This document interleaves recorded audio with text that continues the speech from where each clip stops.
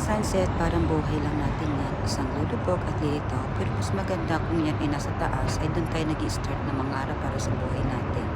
Habang tumataas ang sunset, ay unti-unti rin tayong tumataas ang ating mga gustong makarating sa buhay. Kaya ang ating pangarap ay wag nating kalimutan.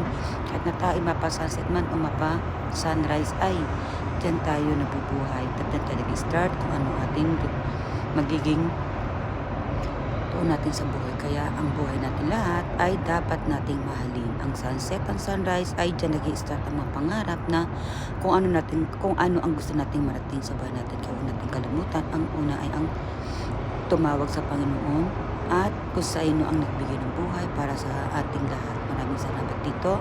Ang sana man po ay please subscribe and follow lang po kayo. Paki-like and share na rin po ang ating mga video para sa ating mga kaibigan na gusto pong makita ang magandang buhay ng sunset or sunrise sa lifetime. Thank you God.